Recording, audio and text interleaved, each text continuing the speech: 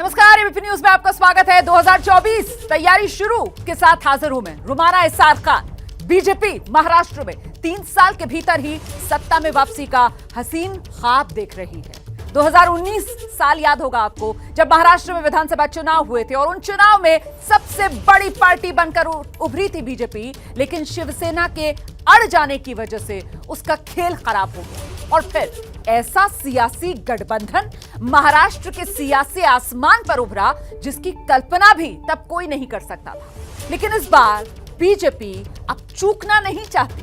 BJP की तरफ से सरकार बनाने के संकेत मिलने लगे। तो अब सवाल ये, क्या महाराष्ट्र में बीजेपी रिटर्न्स का काउंटडाउन शुरू हो चुका है? रिपोर्ट देखिए जरा पहले।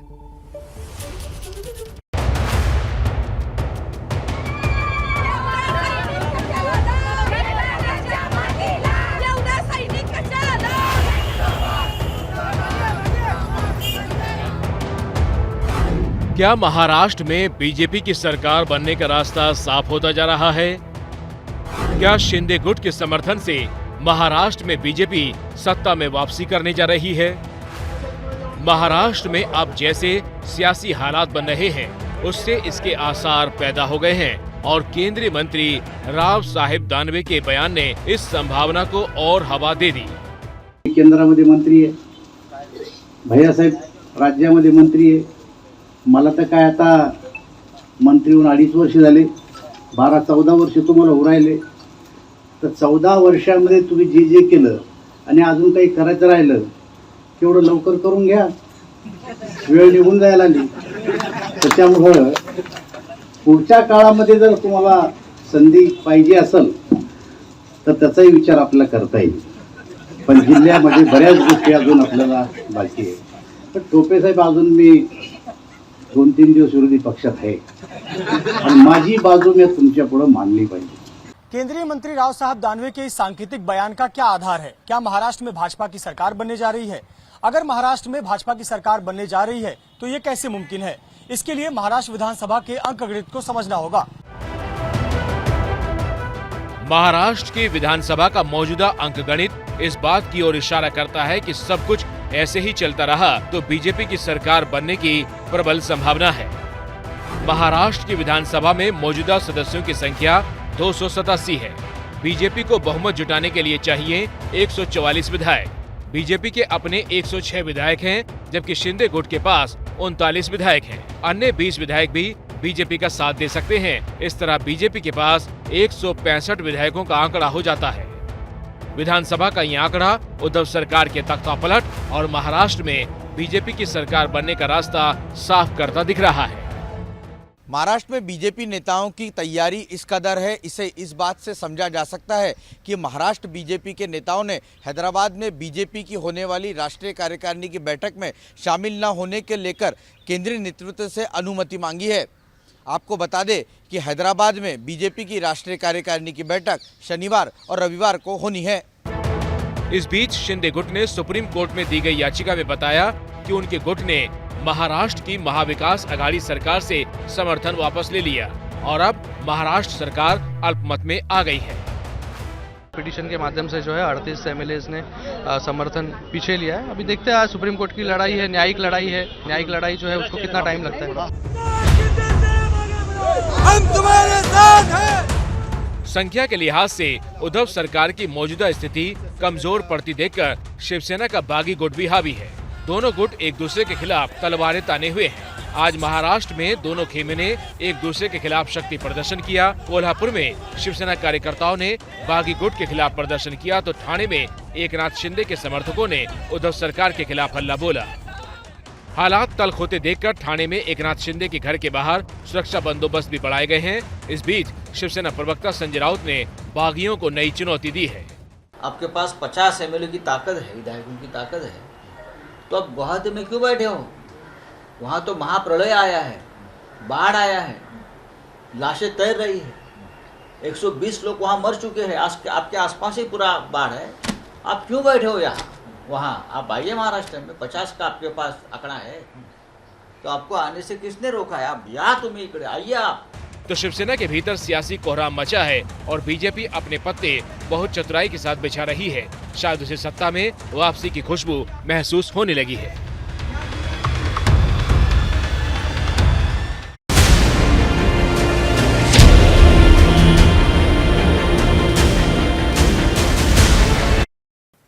तो महाराष्ट्र के महासंकट के बारे में आंकड़ों के लिहाज से आपको बता देते हैं किस तरीके से अब जबकि सुप्रीम कोर्ट का एक आदेश आ गया है, पलड़ा जो है वो और भारी होता हुआ एकनाथ शिंदे गुट का नजर आ रहा है और उद्धव ठाकरे का जो खेमा है वो और ज्यादा कमजोर पड़ता हुआ नजर आ रहा है। ये नंबर्स अब यहां पर खुलते चले जाएंगे और तब आप तस्वीर महाराष्ट्र की सियासत की बेहतर तरीके से समझ पाएंगे। इस वक्त कुल स्ट्रेंथ जो है विधानसभा की वो 287 है, मतलब जो जादुई आंकड़ा जिसे बहुमत का आंकड़ा कहते हैं वो 144, लेकिन शिवसेना का आंकड़ा महज 16 पर आकर अटक गया है।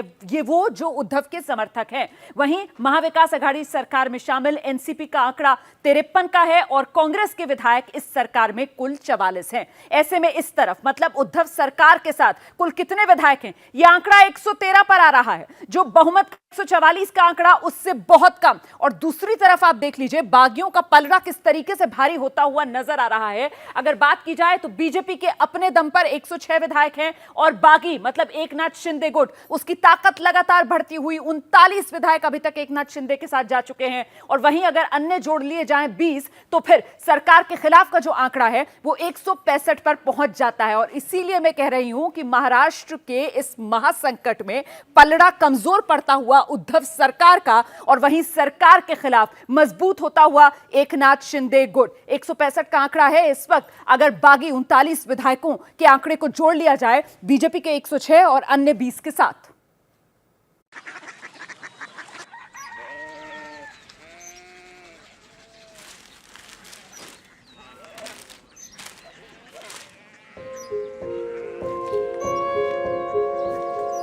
बाबा बाबा कोरिया सिटी জানি না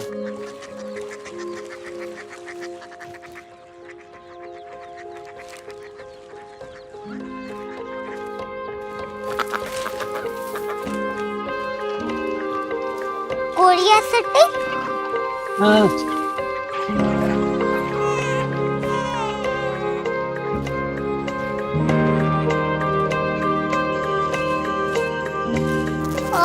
कोरिया सिटी कहाँ पे है? शहर अंग्रेजी लगे हैं।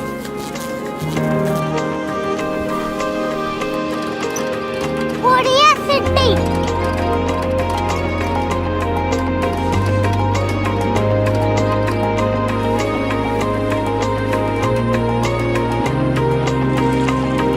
वो बहुत दूर है।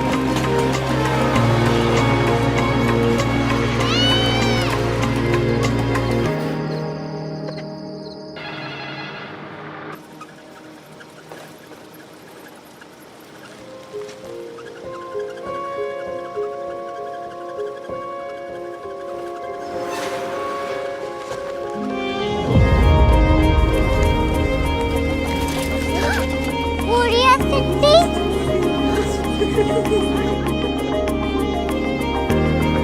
दुनिया कुछ लोग बड़े होते हैं। कोरिया सिटी कहाँ है? प्रोफेसर साहब को पता होगा। हो ये छोटा वाला ग्लोब लगता है और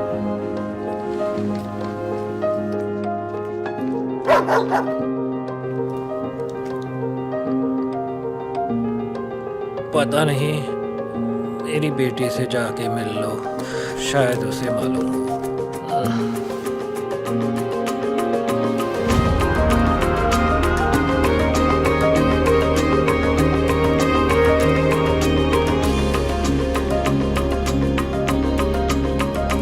हाय,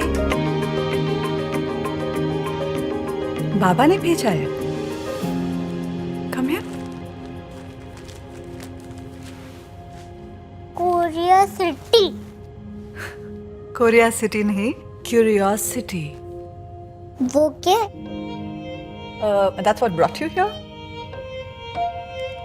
जो तुम्हें यहाँ तक ले आया। क्यूरियोसिटी